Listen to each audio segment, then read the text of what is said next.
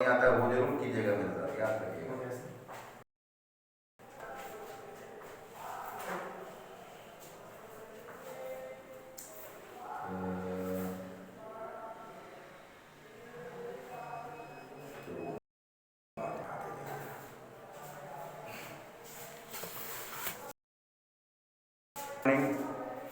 देखिए, equation of motion के बारे में बताया जा रहा था, है ना। इसमें कॉल आ गया, डिस्टर्ब हो गया, इंटरप्ट हो गया, ये सारा टॉपिक हम पढ़ा दिए और यहाँ इंटरप्ट हो गया, फिर दोबारा बताना पड़ रहा है। देखिए, equation of uniformly accelerated motion, कोई बॉडी अगर यूनिफॉर्म एक्सीलरेशन में है तो उस यूनिफॉर्म एक्सीलरेटेड बॉडी के लिए इक्वेशन ऑफ मोशन दिए गए हैं, और वो तीन इक्वेशन ऑफ मोशन है। So there are 3 equations for the motion of those bodies which travels with a uniform acceleration, and these equations give relationship। ये जो इक्वेशन है वो रिलेशनशिप देते हैं 5 फिजिकल क्वांटिटी के बारे में बताया हमने आपको। तो यहाँ आप समझ लीजिए, हेडेड आउट 6 है ना, 5/2020 फिजिक्स है, क्लास 9 चैप्टर 1 मोशन। उसमें टॉपिक नेम क्या है, मोशन का फर्स्ट पार्ट पूरा हो गया है, उसका एक्सरसाइज आप बनाइएगा, और जहाँ प्रॉब्लम होगा वहाँ आप ये क्या कहते हैं ये मैसेज कीजिएगा, उसका सॉल्यूशन होगा। अब जो दूसरा पार्ट है वो है equations of uniformly accelerated motion, देखेंगे अपने बुक में पेज नंबर 23 में, उसमें है। तो इसमें क्या है कि टॉपिक का नेम है equations of uniformly accelerated motion, equation of uniformly accelerated motion, and these equations with relationship between initial velocity, first physical quantity है इनिशियल वेलोसिटी, जिसे हम u से डिनोट करते हैं, स्मॉल u से। सेकंड फिजिकल क्वांटिटी है small v, final velocity which is denoted by small v। Third one ये physical quantity है time taken which is denoted by small t। Fourth one is the acceleration which is denoted by small a। And fifth physical quantity by the body which is denoted by small s। ये समझे। तो ये जो बातें हैं इस पांचों के बीच में संबंध ये इक्वेशंस ऑफ मोशन जो तीन है इक्वेशंस ऑफ मोशन। अब हमें समझना है फर्स्ट इक्वेशन ऑफ मोशन के बारे में, है ना। तो इसमें हमको समझना है क्या कि the first equation of motion होता क्या है। The first equation of motion क्या है, फर्स्ट इक्वेशन ऑफ मोशन ये है, आपको यहाँ फर्स्ट इक्वेशन ऑफ मोशन दिया है, v equal to u plus at होता है, v equal to u plus at, ये फर्स्ट इक्वेशन ऑफ मोशन है। It gives the velocity acquired by a body in time t। कोई body क्या velocity acquired करेगा दिए हुए टाइम t में, है ना, यदि यूनिफॉर्मली एक्सीलरेशन उसमें a हो तो और इनिशियल वेलोसिटी u हो तो। इसको हम, है ना, समझते हैं। So this equation of first equation of motion gives the velocity acquired by a body in time t। Now we have to derive this first equation of motion. तो derivation के लिए आप समझिएगा, आपको मानना पड़ेगा, कंसीडर करना पड़ेगा। We consider a body having initial velocity u।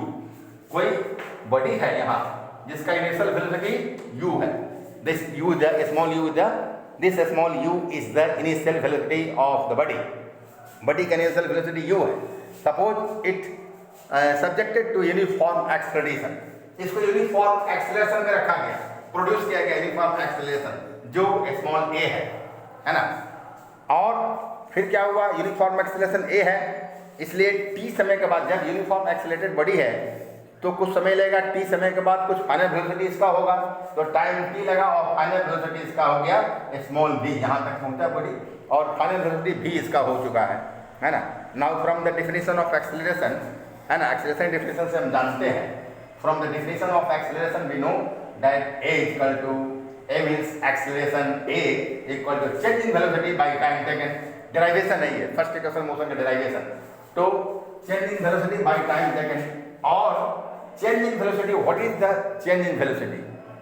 The change in velocity already we had discussed in previous classes that change in velocity equal to in previous part we had discussed that change in velocity equal to final velocity minus initial velocity by time taken.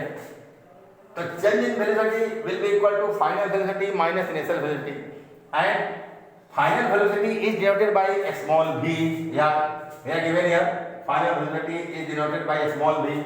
Therefore we can write यहाँ change in velocity की जगह पर v minus initial velocity is denoted by where initial velocity दिया है, initial velocity small u v minus u, और time taken यहाँ time taken t के द्वारा डिनोट होता है बाय टाइम टेकन t, और वी कैन राइट ये जो एक्सेलरेशन है a इक्वल टू, अब नीचे लिख दिया clearly a equal to v minus u by t.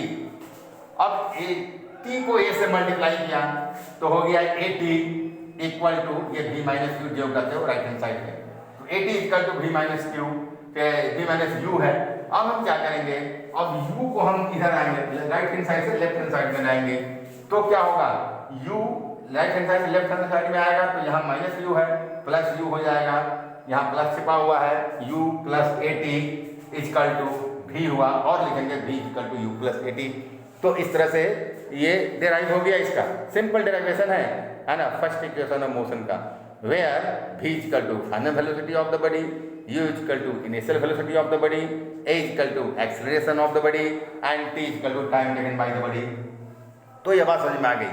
The equation u equal to v equal to the equation v equal to u plus at is known as the first equation of motion, and it is used to find out the velocity v acquired by a body in time t, है ना. अगर मान लिया कि कोई ये body है और उसका इनिशियल वेलोसिटी u है और उसका uniform acceleration initial velocity small u है और यूनिफॉर्म एक्सेलरेशन स्मॉल a है ना, और वो टाइम t ले रहा है, तो फाइनल वेलोसिटी भी क्या वो एक्वायर करेगा, फाइनल वेलोसिटी है ना, अंतिम वेग वो क्या एक्वायर करेगा, इसको हम इस इक्वेशन से समझ सकते हैं. इस पर जो न्यूमेरिकल प्रॉब्लम आएंगे उसमें कुछ एग्जांपल हम बताएंगे, आपको सॉल्व करना होगा आप लोगों को, और सारे प्रॉब्लम को जो समस्या आएंगी उसको फिर से उसको सॉल्व किया जाएगा, बताया जाएगा. So this equation has 4 values, इसमें 4 वैल्यूज है ना, 4 वैल्यू है. If any 3 values are known, the 4th value can be calculated by paying due attention to the sign of the acceleration. तो एक्सेलरेशन के साइन पर ध्यान देते हुए हम क्या कर सकते हैं कि यदि कोई 4 वैल्यू में से 3 वैल्यू ज्ञात है हमको, तो ये वैल्यू निकाल लेंगे. अब हमको a ज्ञात है, suppose a is known, t is known, v is known, then we can find out u. Suppose u is known, v is known, t is known, then we can find out a, है ना. उसी तरह से यदि कोई भी 3 अगर हमको मालूम है तो हम चौथा निकाल सकते हैं. इसमें यह बात समझ में आ गई. तो इस तरह से इसका अप्लाई होता है. ये जो है क्या है कि by paying due attention due to the sign of acceleration, this equation can also be applied in the of retardation. मतलब कि इसके क्या कहता है कि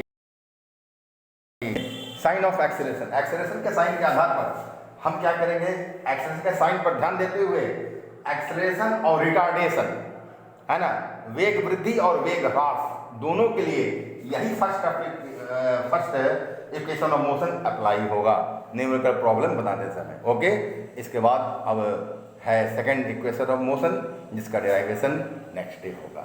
ओके, थैंक यू.